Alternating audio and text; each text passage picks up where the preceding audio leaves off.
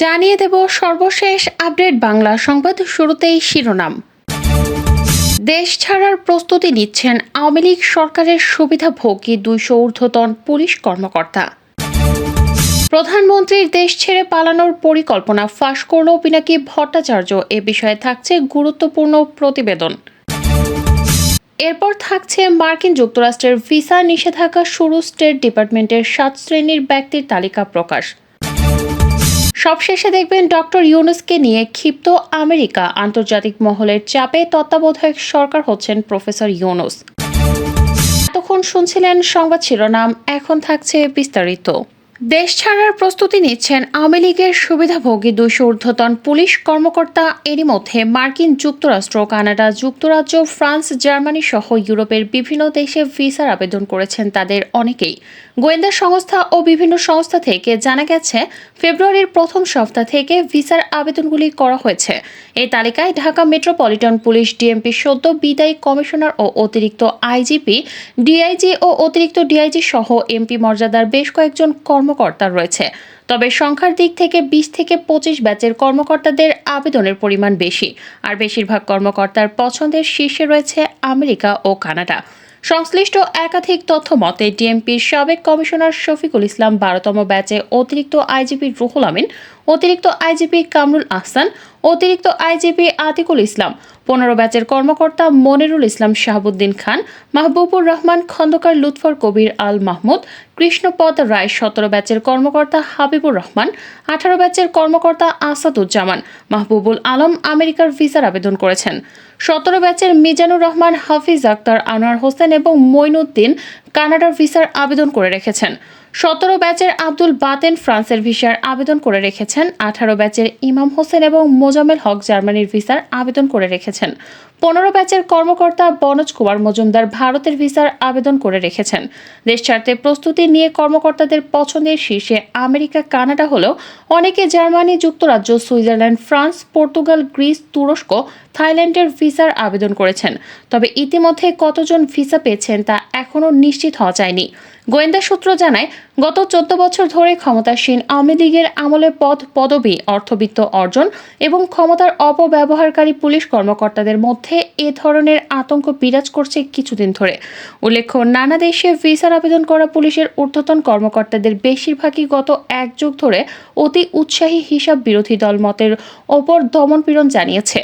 পিনাকি ভট্টাচার্য বলেন, বাংলাদেশকে একেবারে ডুবিয়ে দিয়েছে হাসিনা। বিদেশি ঋণ দিয়ে বাংলাদেশে বিদেশি ঋণ গত 10 বছরে মানে হাসিনার বিনা ভোটের আমলে 3 গুণ বেড়েছে। এখন মোট ঋণের পরিমাণ $96 বিলিয়ন, যা বাংলাদেশ ব্যাংকের রিজার্ভের তুলনায় 4 গুণ বেশি। তাহলে আমাদের আশেপাশের দেশগুলোর বৈদেশিক ঋণ গত 10 বছরে কত গুণ বাড়ছে একটু দেখে নিই। বাংলাদেশের ঋণ বাড়ছে 3 গুণ, পাকিস্তানের ঋণ বাড়ছে 101%, ইন্ডিয়ার বাড়ছে 83%, আর দেউলিয়া শ্রীলঙ্কা 119% থেকে ঋণ বেড়েছে। বাংলাদেশে বৈদেশিক ঋণের হার শ্রীলঙ্কা থেকে বেশি গুণ বাড়ছে। হাসিনা বিরাট চমৎকার হিসাব করে রেখেছে। 2024 সালে ঋণ শোধ করার জন্য ঋণের পরিমাণ রেখেছে খুবই কম। 2024 সালে ঋণ শোধ করতে হবে $3.28 বিলিয়ন। 2025 সালে শোধ দিতে হবে $4.02 বিলিয়ন। হাসিনা চালাকি করে ঋণ শোধের কিস্তি করেছে, আস্তে আস্তে বাড়িয়েছে। হাসিনা তেল কিনতে পারছে না, রপ্তানি আয় কমছে, তাই হাসিনা এক্সট্রা লোন শোধের টাকা পাবে না, তাই সে বিদেশে পালাবে। পালানোর আগে দেশের যেটুকু যা আছে সেটুকু সুটকেস নিয়ে ভাগবে। আমার আর আপনার উপর ঋণের বোঝা বয়ে বেড়াতে হবে। শুধু আমারই না, আমাদের ছেলেমেয়েরাও এই ঋণ শোধ দেবে। হাসিনার আগামীর কাফারা আমাদের এভাবেই দিতে হবে প্রজন্মের পর প্রজন্ম ধরে। তবে ওই টাকাও ফিরিয়ে আনা সম্ভব, একটু সময় লাগবে। বিশ্বের নতুন রাজনৈতিক মেরুকরণে বাংলাদেশ বৃহৎ শক্তিধর দেশগুলোর আগ্রহের কেন্দ্রবিন্দু হয়ে উঠছে কিনা তা নিয়ে নানা মত আছে। আন্তর্জাতিক সম্পর্ক বিশ্লেষকদের কেউ কেউ মনে করেন, বাংলাদেশের ভৌগোলিক অবস্থান, সম্ভাবনাময় অর্থনীতি এবং বঙ্গোপসাগরের প্রতি বৈশ্বিক আগ্রহ, এসব কারণে রাজনৈতিক মেরুকরণের নতুন ক্ষেত্র হচ্ছে বাংলাদেশ। এর সাথে দ্বিমত আছে। বিশ্লেষকদের আরেকটি অংশ মনে করছেন, বাংলাদেশ নিয়ে শক্তিধর দেশগুলোর আগ্রহ থাকলেও সেটা খুব বেশি নয়। বাংলাদেশ নিয়ে সম্প্রতি যুক্তরাষ্ট্র, চীন এবং রাশিয়া যেসব তৎপরতা এবং বক্তব্য দিয়েছে তাতে মেরুকরণের আভাস পাওয়া যাচ্ছে। নির্বাচন নিয়ে বর্তমান সরকারের উপর যুক্তরাষ্ট্রের চাপ দৃশ্যমান হলেও চীন এবং রাশিয়ার অবস্থান যুক্তরাষ্ট্রের সাথে সামঞ্জস্যপূর্ণ নয়। আন্তর্জাতিক রাজনীতিতেও যুক্তরাষ্ট্রের সাথে রাশিয়া ও চীনের বিরোধ এখন দৃশ্যমান। এর প্রভাব বাংলাদেশের ক্ষেত্রেও পড়ছে বলে মনে করেন বিশ্লেষকরা। বাইডেন প্রশাসনের পররাষ্ট্র নীতির একটি অংশ হচ্ছে বিশ্বের বিভিন্ন দেশে গণতন্ত্র ও মানবাধিকার প্রতিষ্ঠার পক্ষে কাজ করা। এরই অংশ হিসেবে তারা বাংলাদেশের বিষয়ে আগ্রহী হয়েছে। দ্বিতীয় কারণ হচ্ছে আমেরিকার একটি ইন্দো প্যাসিফিক কৌশল আছে, যেটি সক্রিয়ভাবে কার্যকর করতে তারা মনোনিবেশ করেছে। এ কারণে এশিয়া অঞ্চলে বন্ধু সংগ্রহে আগ্রহী যুক্তরাষ্ট্র। আমেরিকার লক্ষ্য চীন রাশিয়া বলয় থেকে বাংলাদেশকে গণতান্ত্রিক বিশ্বের বলয়ের সাথে সংযুক্ত করা বা সংযুক্তিতে আরও শক্তিশালী করা। ইউরোপীয় ইউনিয়নভুক্ত দেশগুলো চায় বাংলাদেশে যাতে গণতন্ত্র শক্তিশালী হয়। একই সাথে এসব দেশে বাংলাদেশকে যেসব সুবিধা, বিশেষ করে বাণিজ্য সুবিধা দেয়া হয়, তার পেছনে মূল উদ্দেশ্য হচ্ছে বাংলাদেশের গণতান্ত্রিক প্রক্রিয়া শক্তিশালী রাখা। হাসিনা সরকারের দমন-পীড়ন নিয়ে আবারও উদ্বেগ প্রকাশ করল হিউম্যান রাইটস ওয়াচ। রিপোর্ট বলেছে, প্রধানমন্ত্রী শেখ হাসিনা প্রতিপক্ষের পদত্যাগ আহ্বানের দাবিতে আলোচনা প্রত্যাখ্যান করার পর তাদের আরও দমন-পীড়ন বাড়ানো হয়েছে। দেশকে কঠোর হস্তে শাসন করার অভিযোগ আছে শেখ হাসিনার বিরুদ্ধে। ব্যাপকভাবে মানবাধিকার লঙ্ঘনের অভিযোগে তার প্রশাসনের বেশিরভাগ সিনিয়র পুলিশ কর্মকর্তার বিরুদ্ধে নিষেধাজ্ঞা দিয়েছে যুক্তরাষ্ট্র। নতুন মার্কিন ভিসা নীতির আওতায় কাদের ফেলা হয়েছে, কতজনকে ভিসা নিষেধাজ্ঞা দেওয়া হয়েছে, তাদের ভূমিকা ও অবস্থান কি ছিল, এমন প্রশ্নের জবাবে ডোনাল্ড লু বলেন, আমরা শুরু থেকেই বলেছি এই নীতির আওতায় ভিসা নিষেধাজ্ঞা যাদের দেয়া হবে তাদের নাম আমরা প্রকাশ করব না। কাউকে ভিসা না দেওয়া সহ যে কোনো ভিসা রেকর্ড মার্কিন আইন অনুযায়ী গোপনীয় তথ্য।